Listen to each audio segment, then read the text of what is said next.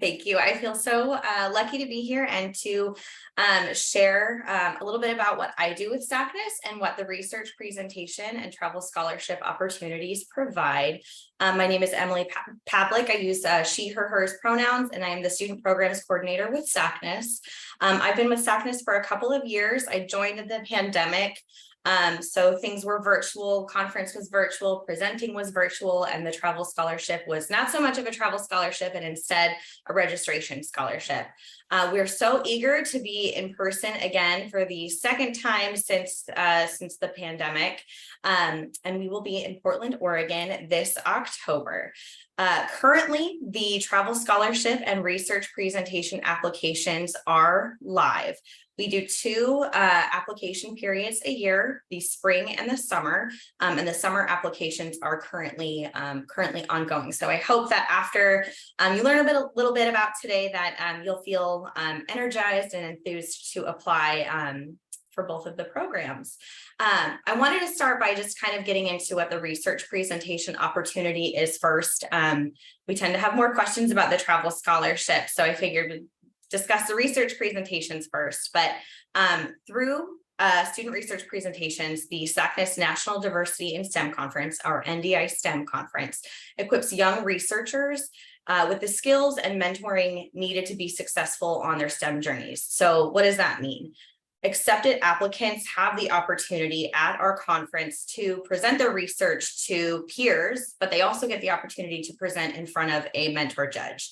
And mentor judges are a word that we've kind of created, but it's essentially a professional who we have assigned to you, to your presentation, who is knowledgeable in your area, your disciplines, your subdisciplines, isn't an expert per se, but is knowledgeable and can help provide you with feedback about your presentation and about your research, and then also be a networking, it creates a networking opportunity. So now this is a professional that you can have a relationship with after the conference that we hope you can have that connection going forward.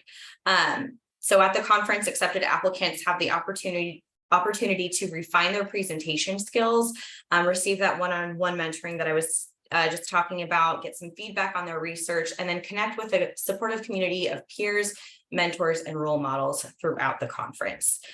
So we have the poster presentation, which is what undergraduate students are eligible for, the oral presentation, which is what graduate students are eligible for, the graduate student poster presentation, which some graduate students prefer, and then we also do postdoc presentations.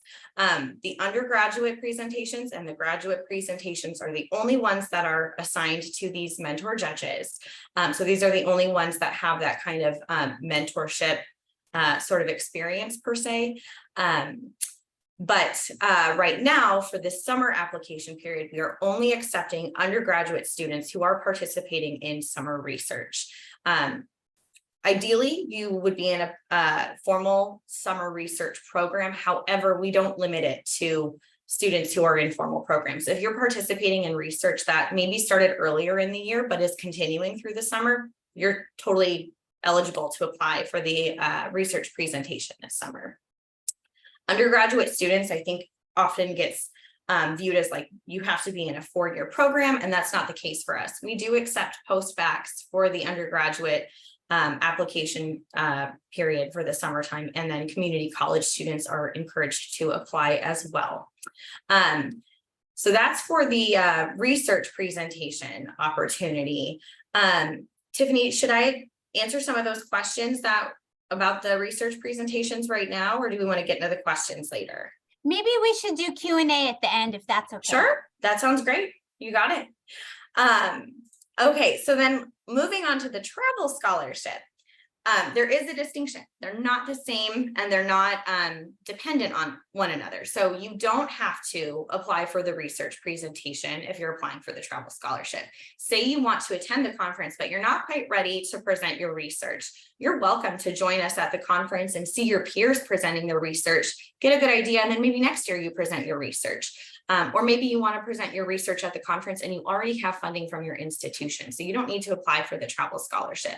Acceptance of one does not determine your status for the other, or being declined for one doesn't determine your status for the other as well. But the travel scholarship provides conference scholarship recipients with funded travel, so that's round trip airfare, shared lodging, and then the conference registration itself. And this is open right now for undergraduate and graduate students. So while the research presentation opportunity is only currently open for undergrads, the travel scholarship is open for both undergrads and graduate students. It is grant funded, so we are limited to the parameters set forth by the grant. We are funded by NIH and NIGMS, and unfortunately, postbacks and postdocs are not eligible for the travel scholarship. The travel scholarship will get you in, basically, you'll get to the conference and then you'll be in a hotel with the other travel scholars. We do shared lodging, so you'll be paired with a roommate, but then we'll have some curated orientation resources for you and getting you set up for the conference. So that's kind of the basic information for the travel scholarship and research presentation programs. For the applications themselves, there's a few things that we want to make sure that you are considering. For the travel scholarship application, it is pretty straightforward, but it does include a statement of purpose that is 500 word, has a 500 word limit. You'll also want to have a strong letter of recommendation. We definitely recommend that who you get that letter of recommendation from be someone that you know fairly well. It doesn't have to be like a super close personal relationship, but someone who can really speak to who you are as a researcher, what your academic and career goals may be, who knows your background a little bit, and can provide that strong personal letter of recommendation. Also, do not forget to have them sign it. I cannot tell you how many letters of recommendations we get each year who don't have a signature from the recommender. So definitely make sure that it has a signature at the bottom. And then finally, we ask for an unofficial transcript. And this is, again, with the grant, this just proves that you are a currently enrolled student. So you'll want to make sure that that unofficial transcript is current. It is showing your current enrollment, non-enrollment from a program you did a couple years ago, and then it's easily accessible so that when you open it, you can click it and view it. If our reviewers can't see it, then we won't be able to judge you or evaluate you on that specific component. And then just kind of a tip for that statement of purpose, make sure that your statement of purpose is personal, that is, it is providing personal examples, that you're sharing why you feel like you would benefit from the travel scholarship, what research means to you, what attending the conference may mean to you. The more personal, I guess, I guess you say that you could get, the better. If you're giving kind of broader general answers, it doesn't give us a great idea of who you are and what it is that you're looking for. We receive like 2,000 plus applications each year, and we accept about 20 to 30%.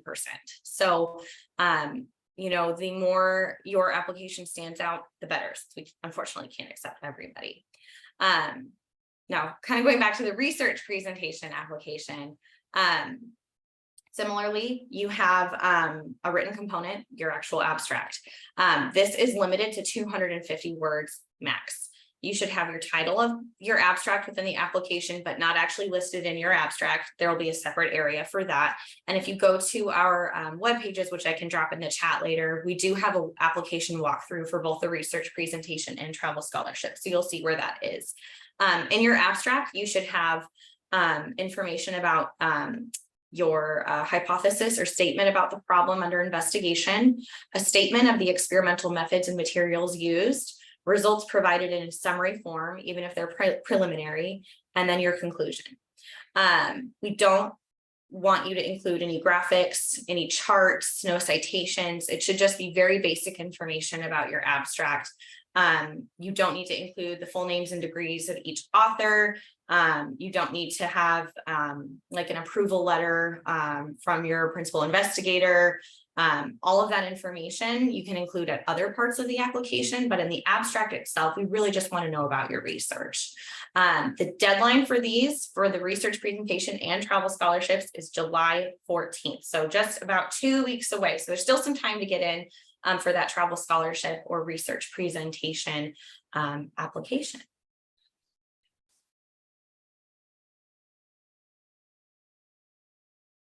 I don't know, maybe now's a good time to get into some of the other questions. Tiffany, if there's anything else that you wanted me to touch on?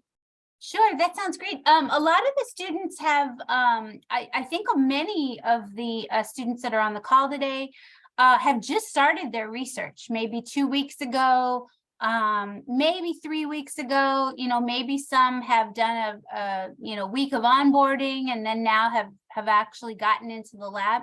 And a lot of students may be concerned that they won't have enough right now to put in their abstract. So with that said, are you looking for a high level overview? So what we want to see is, well, let me backtrack first. We originally had set the research presentation deadline as June 30th, and we heard from everyone, we need more time. We need more time for the research. So we decided to extend it to July 14th. So in case you were familiar at all with SACNAS before and you saw that date change, that would be why. We want to make sure that you do have a little bit more time, so if you've just gotten started 2 weeks ago, maybe 3 weeks ago, then you've only got like 4 or 5 weeks of research that you've been able to conduct by the time that this application is due. What we'd like to see is anticipated results, what you're hoping to find from the results, but it does not have to be finalized. We fully recognize that your research may be ongoing. So if you have something that you are anticipating to find, include that. It's better to include something than to include nothing. If you leave the, I guess, component of your abstract blank or empty when you're discussing the results, that's not going to look so good for the reviewers. So it's okay to speak to that and say, this research is ongoing, or currently our anticipated results are X, Y, and Z. Later, as we get closer to the conference, if you have updates to your abstract and you've been accepted to present your research, you can contact me. We can update that abstract for you. If that research is still ongoing when we are leading up to the conference and it is just getting finalized, let's say October 1st, right before the conference, and we don't have time to update the abstract, that's totally fine too. You can speak to those changes when you're actually presenting to your mentor judge at the conference. Wonderful. I've had many students over the years present at SACNAS, and it's a wonderful conference and it's a wonderful experience. I think one of the things that I really appreciated is the work of those that are volunteer judges and mentors. And you really get an opportunity to meet folks that are in a variety of stages of their careers and are really committed to the SACNAS mission. In terms of the poster, if someone is presenting a poster, do you have preference for certain areas of STEM? Like, do you get a lot of bio posters, maybe not as many math posters? Is there a preference, or we don't really have a preference? Yeah, we want everyone to come. I will say we tend to get more in the life sciences. We generally get more volunteers in life sciences, and we generally get more applications in life sciences, but we're multidisciplinary. So we'd love to have more folks who are in engineering, who are in mathematics, psychology. These are areas that we've typically had kind of a lower turnout for poster presentations. So if that's you, we encourage you to apply, because there are too few of you, and we'd love to have you in attendance at our conference. Yeah, the life sciences are for sure across the board what we typically have, but for the mentorship side, for the volunteers, we've been really seeing an increase in our volunteers over the last few years. Last year, we had our highest number of volunteers. We had 500 plus mentors sign up at the conference last year in Puerto Rico, which was amazing. And we're hoping to have those numbers again. So these are opportunities for you to connect with a professional in your field and get some more information about, research that you're currently doing, research you may be interested in doing, programs you might be interested in, all of those great networking opportunities. And do you require letters of recommendation? Not for the research presentation, no. The research presentation doesn't require any letters of recommendation. We do have a question about presenting your research and ensuring that if you are working with a PI or mentor that you've gotten necessary approval, but we don't require any official letter of recommendation or anything like that. But there is a letter of recommendation for the travel scholarship. Yes, for the travel scholarship there is. And in that letter of recommendation, we definitely want to make sure that your recommender can speak to, who you are as a researcher. And if you are somebody who's had any interest in DEI, diversity, equity, and inclusion, if you've done anything on a personal level in pursuit of DEI, that's always kind of a plus too. It's not a requirement, but if your recommender can speak to that for you, that always looks good, just given our organization. But it certainly should be someone who understands what your goals are academically and professionally. Okay, and we have a question in this chat. Is the deadline for the abstract the same as the deadline for the travel application? Yes. So it is the same. They're both July 14th. July 16th, however, is the deadline for the letter of recommendation. So we give your recommender a couple of extra days to get that in, just in case you need a little bit more time. And then the second question that I see here from Sarah is, if you submit an abstract and apply for a travel award, but don't get the travel award, can you cancel your abstract? Yes, you absolutely can cancel your abstract. If you don't get accepted for the travel scholarship, but you want to still present your research, we have some resources as well. And I can provide some links later for how to make the ask at your institution for funding to attend the conference. And we typically find that if you've been accepted to present at a national conference, you may have an easier time asking your institution for funding after all. And then another great question here for the transcript. What about people who just transferred to another university? If you have an acceptance letter rather than an unofficial transcript, that's great. We'll take that acceptance letter or proof of matriculation. So like a class schedule even, that's fine. We just need to see that you are a currently enrolled student. And if you're still concerned about it, please feel free to email me. I'm going to put my email address in the chat right now, but I can help guide you with what is acceptable and what isn't, since we are grant funded. What would you say for the travel scholarship? What are some things that you notice that make successful applications? So maybe some things that, really when you read the application, you think, wow, this is somebody that we want to bring to SACNAS. Yeah. I think in my experience, what I see as like a really strong application are not students who are basically, just saying, I don't have the funding and I would like to attend the conference. Tell me more. Why would you like to attend the conference? What are you going to gain? So typically you're going to get that information by doing a little bit of research on what it is that we do at the conference. So we have professional development sessions, STEM symposia sessions. We have plenary speakers who are coming from diverse backgrounds and are providing examples of their personal experience throughout academia, throughout their careers, how they got to where they are. If that's something that appeals to you, speak to that. If you're looking for opportunities for grad school and you want to connect with other scientists like you, other students like you, or you don't know where you want to go, but you know that you want to stay with,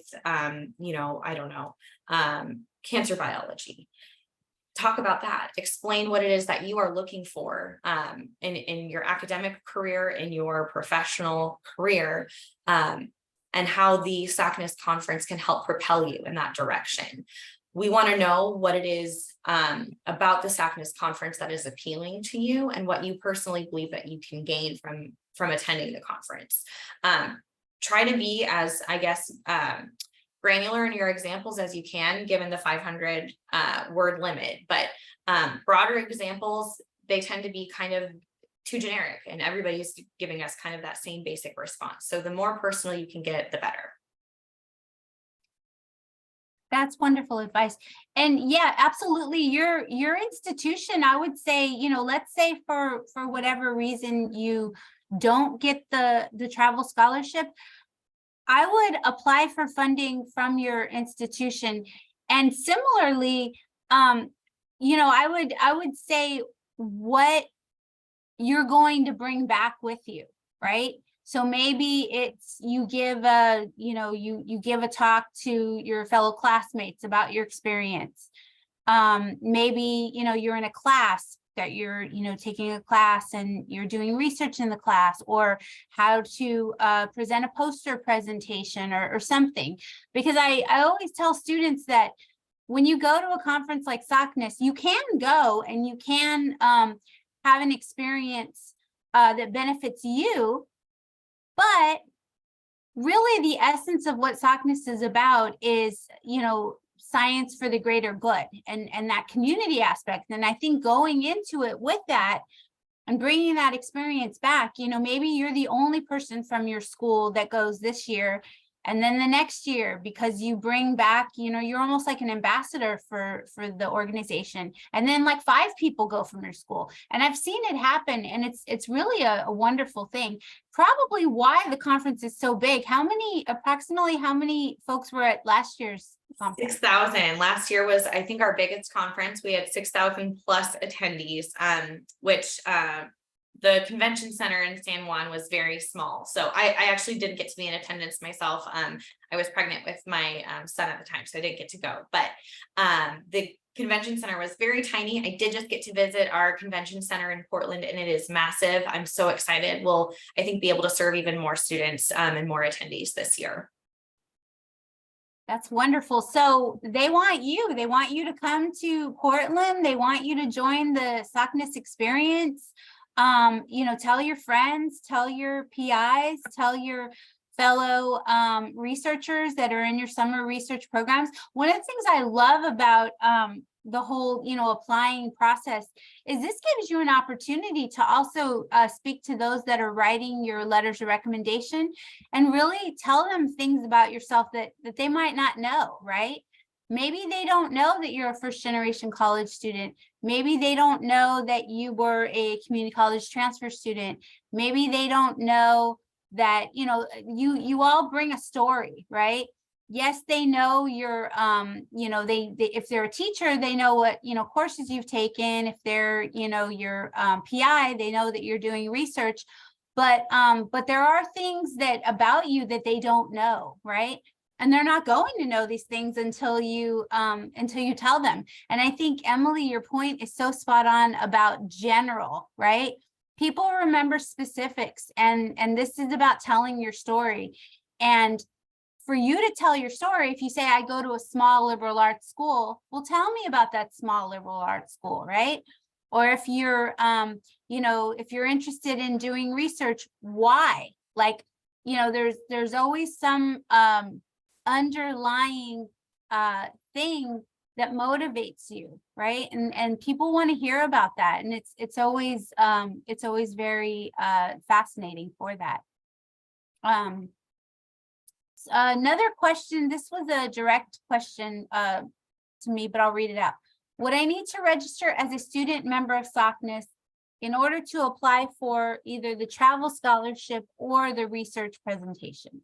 Yes, that is a great question. And the answer is yes. You do need to be a student level member in order to be eligible for the travel scholarship or research presentation applications. We consider both of these as opportunities for our student membership.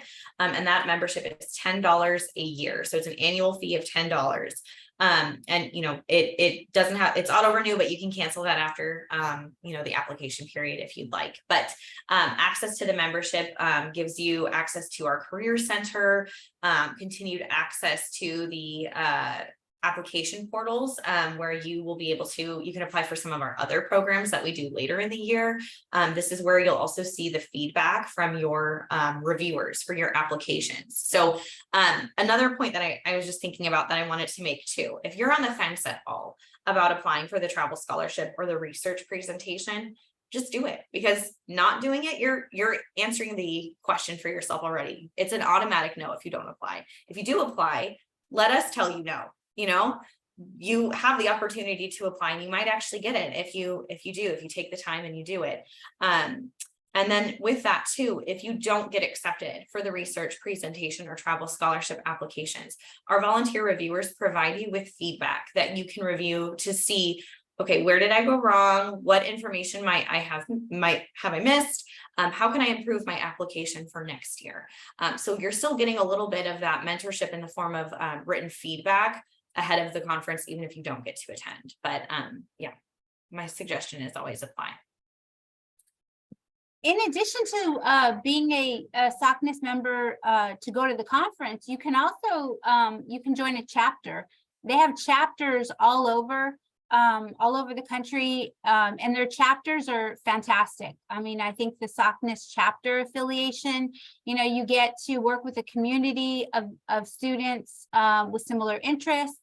You get professional development opportunities. You get to make friends. I mean, it's a really great community that I've actually had the privilege of going to some of the regional chapter conferences, which are always fun, and have met students. So if that's something that you're interested in building community, maybe your school doesn't have a SACNAS chapter and you're interested in starting one, that might be something that you can also explore in addition to the conference. But if you're going to do that, going to the conference would be an amazing way to do that. And perhaps if you're, you know, maybe your school already has a chapter and perhaps they have funding for students to go. That might be another way as well. What other questions do we have? I'm sure we have, I think we have some PIs on the call. Maybe if any of our PIs or REU directors have any questions, or maybe they've had students go to SACNAS and they would like to share that from a PI perspective. And I'm also curious if you want to put in the chat, where are folks from? I know who registered. I mean, I was able to see who registered, but I think it'd be kind of fun to see where folks are calling in from. If you want to just put it in on the chat, like, you know, where you're at, what school, what REU program, and where. That's kind of fun just to see. And it looks like Sarah, it looks like Sarah has a question. Sarah? Okay, so I can unmute, great. Yes, so I am a PI of an REU, and I'm very happy to see that a couple of our students were able to attend this webinar. And I just want to thank you for doing this. Even if our students don't end up applying, I think it's great for them to just to be aware of these opportunities. And so again, thank you for reaching out, and because again, even if students don't attend this conference, just knowing a little bit more about all the conferences out there, and that it's not necessarily a really stressful thing, that you could still submit an abstract even if you just only 3 or 4 or 5 weeks into your program. So thank you very much. That's all I wanted to say. Thank you. Thank you for being here and for encouraging your students. Where's your program? I'm just curious. We are in Pittsburgh, Pennsylvania. Oh, so nice. Portland's kind of a ways, so it'd be pretty expensive for our students to go all the way over. And many of our students are drawn kind of from this local area, the Ohio, New York, Pennsylvania area. Great. Thank you so much. Amir, you have a question? Yeah, I just wanted to kind of understand the difference between SACNAS membership, like on campus, and then in general, like what I think Emily spoke about SACNAS membership, like in general.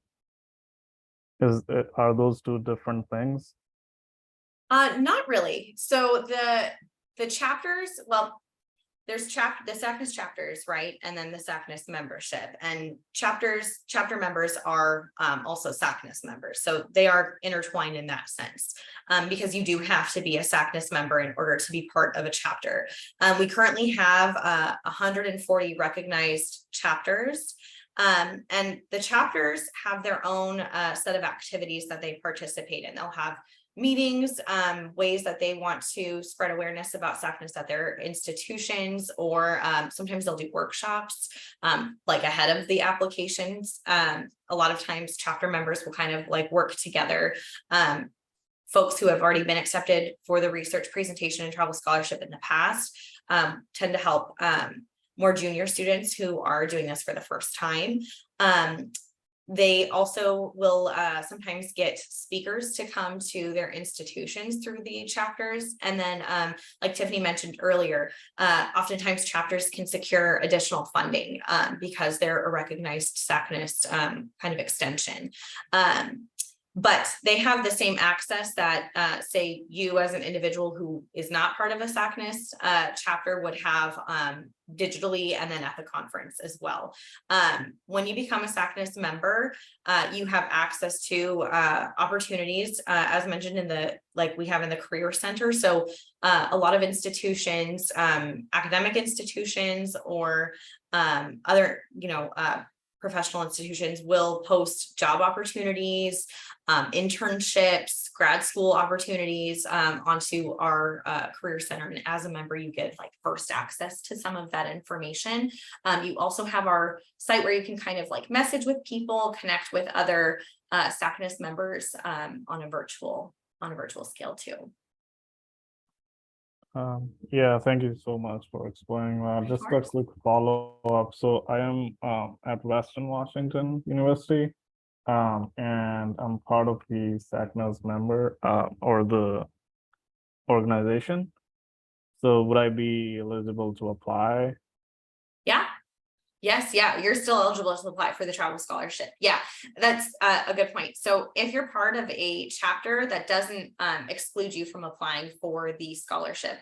Although your chapter may have funding to attend the conference, oftentimes they don't have funding to bring everybody that's part of the chapter to the conference. So we still encourage you to apply for the scholarship. I know funding has been tight for chapters previously. They submit budgets each year, and oftentimes they get new members, so they can't budget. They don't budget for new membership all the time. All right, thank you. Other questions that folks might have about presenting your, about sending your abstract in and or applying for the travel scholarship. Since the letters of recommendation are due the 16th, I would, just to give folks ample time, I would request those like this week. Like this week, I would maybe, draft and send just to give ample time, and give talking points to your recommenders about why you want to go to SACNAS, about what it is, about how it's going to benefit you, about your long-term goals, about your short-term goals, and how will this experience enhance your undergrad experience, and how this will enhance your, and kind of connect you to your goals.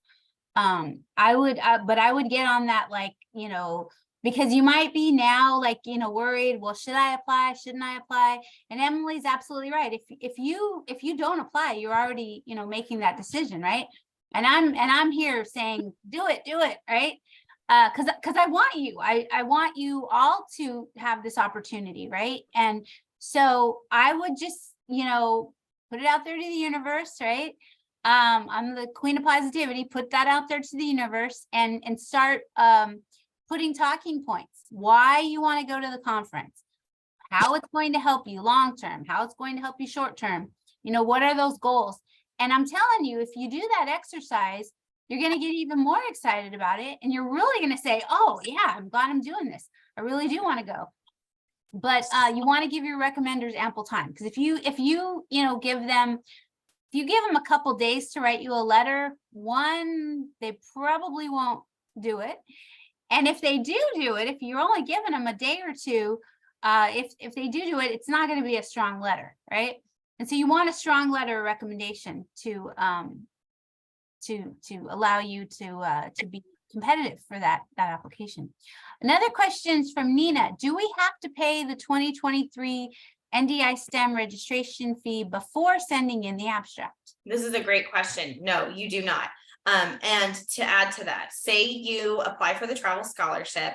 I don't know if those of you who have checked out our website and checked out the conference registration fees, you may see that right now we're in the early bird registration pricing. That early bird pricing ends before notifications go out for the travel scholarship. We don't want you to register for the conference still ahead of time, even though you may be worried about that early bird pricing and losing that just in case you get declined for the travel scholarship.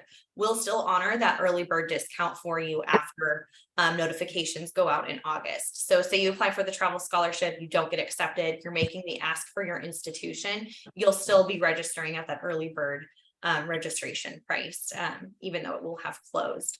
And then I wanted to make a point too with what Tiffany was saying about the letters of recommendation and making sure you have enough time. Definitely echo, submit those now. Say you submit that letter or the request for the letter of recommendation. The way that you'll do that, you'll start your application and there will be a section in the application where you can put your recommender's name and their email address. You'll click a button that says request letter of recommendation. I think that's what the button says. They'll get an automated message from SACNAS that says a letter of recommendation has been requested from this person. You have until July 16th to submit this letter of recommendation.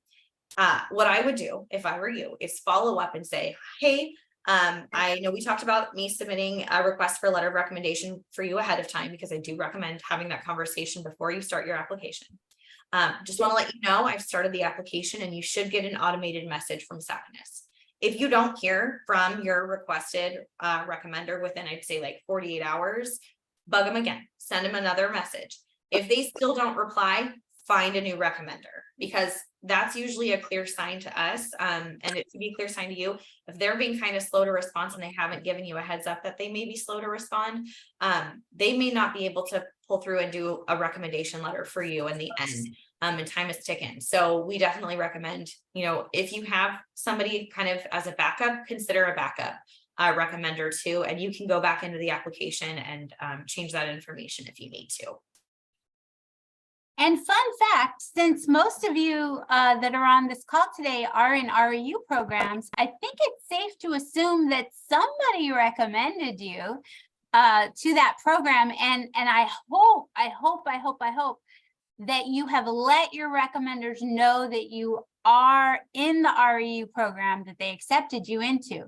This would be a great way if you're thinking like, oops, I forgot to do that. This would be a good time to say, hey, just want to say thank you so much. I'm, currently doing research in this program. Want to really thank you for your support. If they already have a letter of recommendation, they've written you to be in the summer research program, then they can easily tweak the program or tweak the letter that they wrote and give you a recommendation for SACNAS, right? I mean, if they've already written you something, and that letter of recommendation, I mean, it was strong enough to get you into that program, then certainly, that might be somebody that you reach out to. And I would, you want to keep that bridge, going, right? I mean, that's somebody who clearly is a champion of your success and would probably be somebody, if they're available and you give them ample time, they're probably somebody who would be willing to do it again. All right, let's see. We had another question. It was a DM question, so I'll read it. Regarding the travel scholarship, is it reimbursement sort of thing, or will be the funds provided from the start? Great question. So we do not do reimbursements. SACNAS will coordinate all travel, and your point of contact will be me. So if you get accepted for the travel scholarship, I will help facilitate the conversation for you with our partner travel agency. So we have a partner travel agency that does the flight booking. So essentially how that will work, you provide us with some information after you get the invitation for the travel scholarship. We'll have you submit a form to us that gives us basic info that we may need for booking a flight for you. We send this information off to our travel agency. They'll send you like a proposed itinerary. Once you take a look at it and say, yes, that's my name, that's the airport I need to fly in and out of, they say great, and then they book it from there. And then same goes for the hotel booking. And the conference registration will give you specific information on how to do that yourself, but we don't provide like any stipends or reimbursements or anything. All right, other questions folks might have. And we did compile all of the questions that we got in advance, and we'll share that because we got a lot of really good questions. And so Emily was kind enough to she actually went through all the questions, and she provided really comprehensive answers. So thank you, Emily, for doing that. Of course. Because I think that when folks read that, I don't think anyone's going to have any questions after that. I mean, you did a very thorough job of, getting all those key questions. Amir, do you have a question? Yeah, so I just wanted to clarify that the travel scholarship and the presentation, those are two mutually exclusive. Yes. Okay. Yes. Yeah. So you do not need to apply for one to be accepted to the other. You can apply just for the travel scholarship, or you can apply just for the research presentation.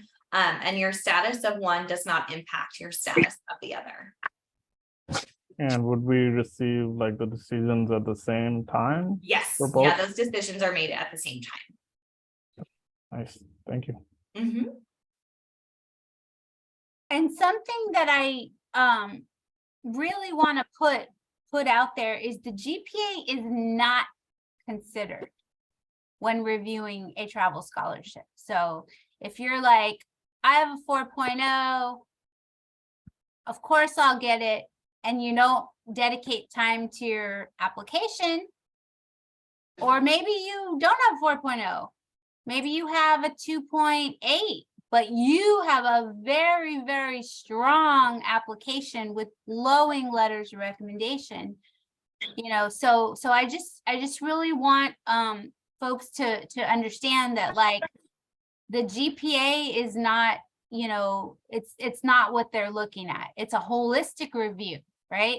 Why you want to go to the conference, what you hope to get out of it, your letters of recommendation, kind of where you are. Maybe you've gone 3 times before, right? If you've gone 3 times before, then they probably will say, well, this person's gone many times. If you've never gone, right, and it's your first time going, then it's probably likely.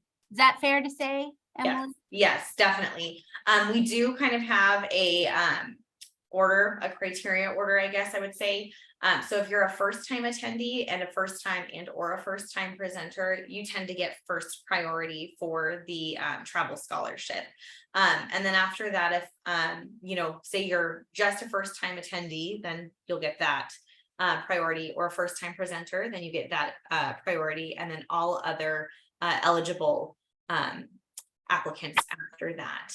Another thing that I was just thinking about for the application that sometimes trips people up, we do ask a question that says, SACNAS grant funding is limited to funding participants who are interested in biomedical or behavioral related research. Would you be interested in learning more about said research? You do not need to be currently enrolled in a biomedical or related program, but because the scholarship is grant funded, we want you to have a willingness to learn more about those. So make sure you don't say no to that question, because that's like an immediate, you're not going to get accepted. So yeah, just as long as you're willing to learn more, you'll maintain your eligibility that way too.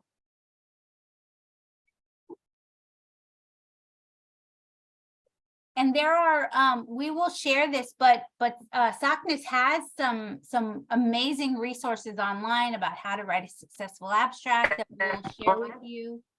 And then, of course, I'm assuming if you're in an REU program that, probably one of the deliverables for your program is to present a poster at the end, right? So, so these are things you're going to be doing anyways, right? Probably many of you are also considering grad school. And if you're considering grad school, what a phenomenal opportunity to interact with grad schools from all over the country.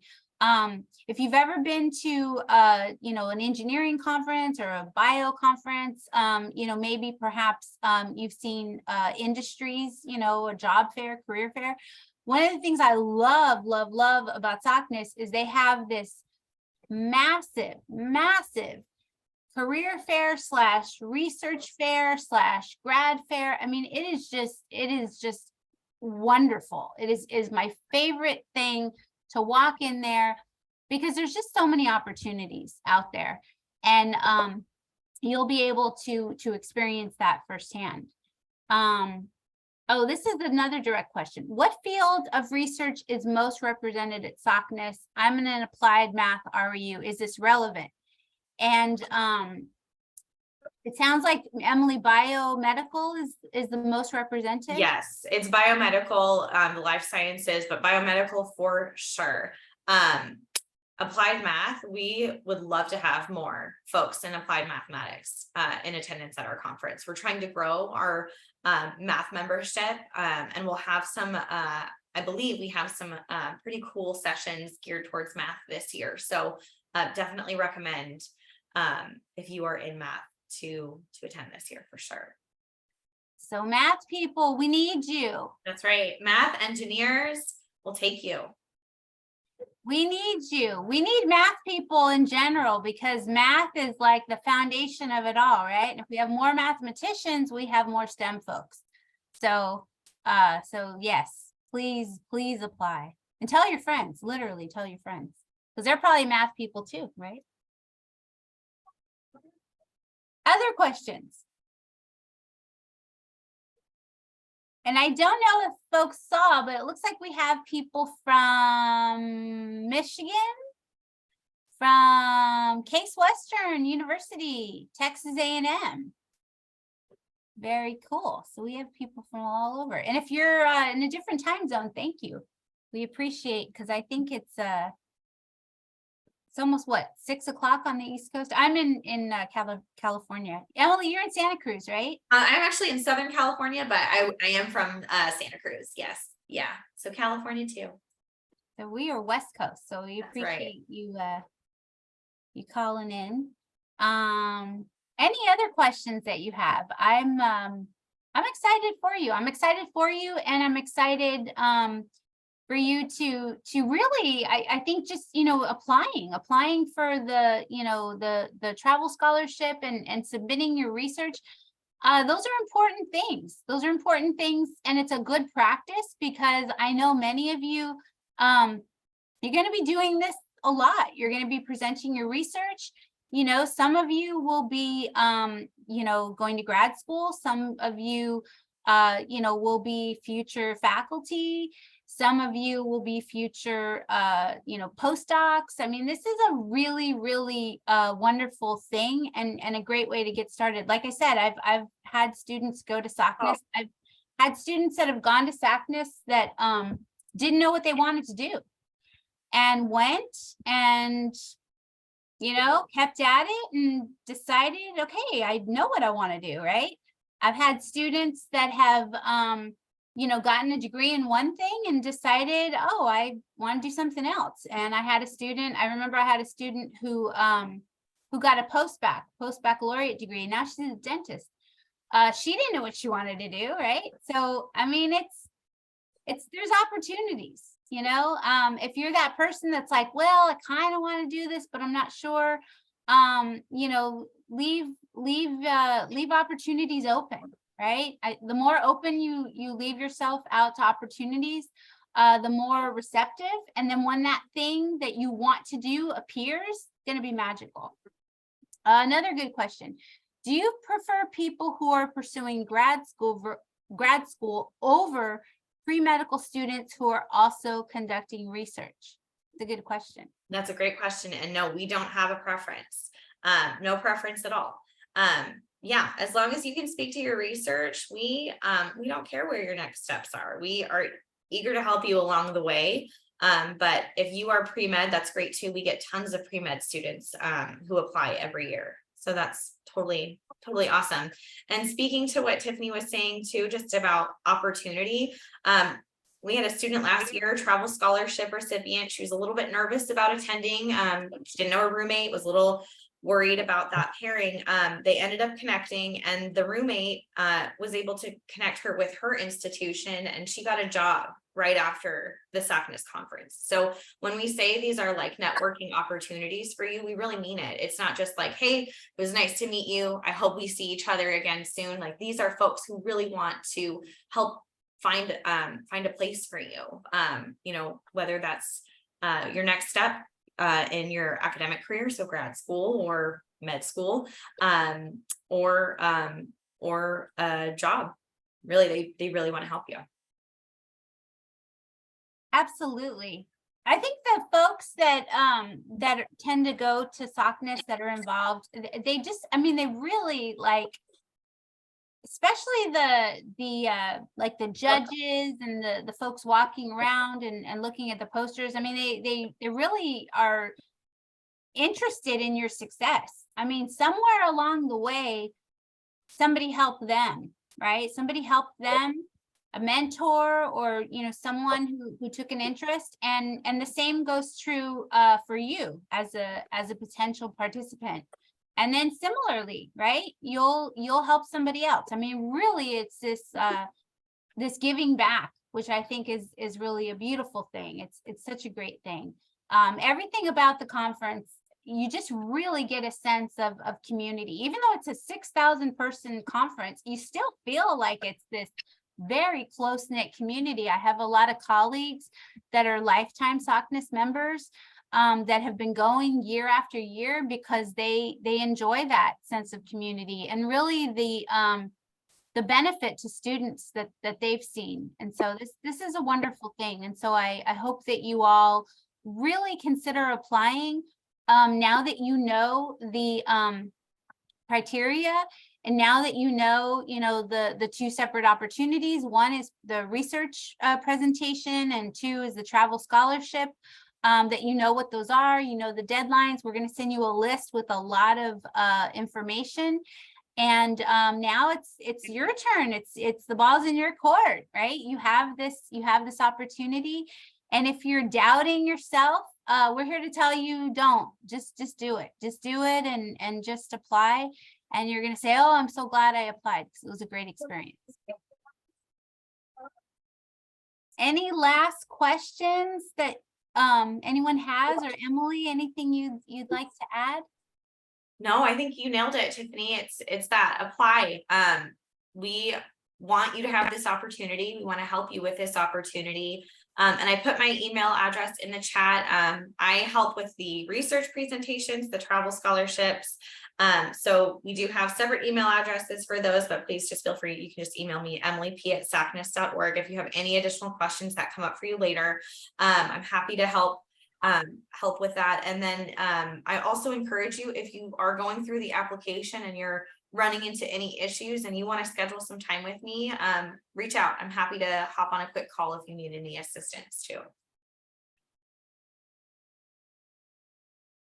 Thank you. Thank you. So I think we will go ahead and conclude. Really want to say thank you, Emily, for taking the time. I really appreciate it.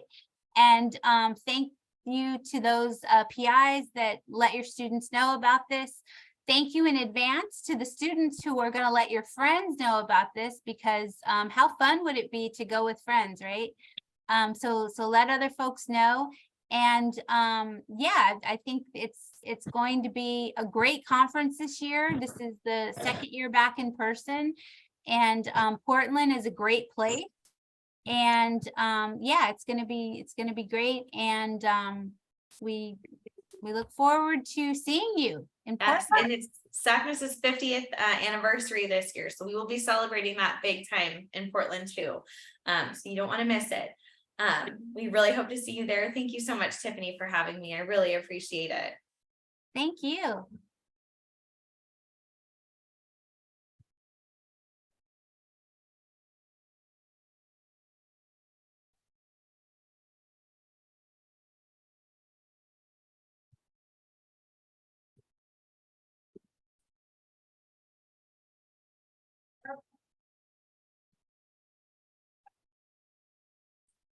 All right, I think we'll go ahead and I'm trying to see how to stop recording. Okay, I think as soon as I end it, it'll stop. It'll stop recording. Thank you so much. I really appreciate it. And Yeah. I'll send you the link and I'll Yeah. share the link with folks. So Yeah, and let me know if there's any other information you want me to compile for like an Okay. email, a quick email or anything like that. I'm happy to do it. I have the like our marketing materials and stuff that I can send your way too if you'd like. But yeah, that would be great. yeah, I'll send that to you right now. Okay. Yeah, and if there's anything else you need, just let me know. I'm happy to help. Thank you. Of Thanks course. again. Of All course. right. My pleasure. Thanks for having me. Yeah, it was wonderful. Yeah, of course. Bye. Bye.